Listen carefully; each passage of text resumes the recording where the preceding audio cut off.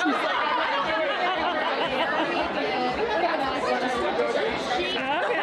All right. Looks stunning. Oh, thank you. Love your hair.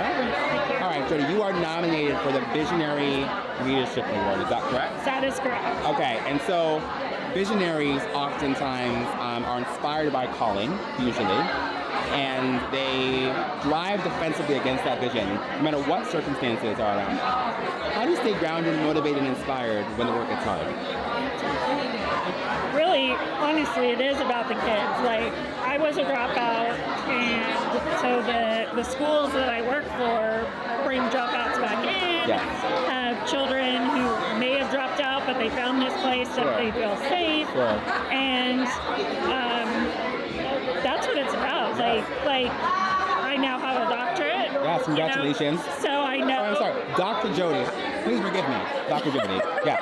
Put some respect on your name. Go ahead, Jody. Yeah, so I totally get these kids. I know they can do great things. They just need a slightly different support system or model or whatever it is. So when it gets really hard and tedious, I just have to remember, that these kids may not be in school if it wasn't for these. Absolutely. It's so powerful. And it's such a huge responsibility, right? It is. When you think about being a visionary, it often means you have to convince people to come along with you, to say the journey is absolutely possible. Trust me that this thing is going to work. How do you get people to follow you, even when they're skeptical around what the outcome might be? So my work started as a researcher. So I did a lot of work in studying these schools and seeing what they were doing that was helping, even if the kids weren't super highly proficient on the state test. Were they growing? Yeah.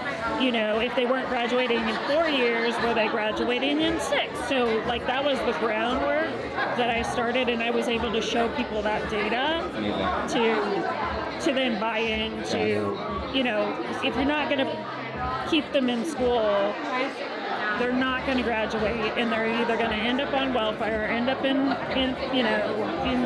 the criminal justice system, or we're gonna pay for it. And why not make their life better and keep them out of prison and off the street? Yes. Last question. What is the most radical idea you've ever had that actually works?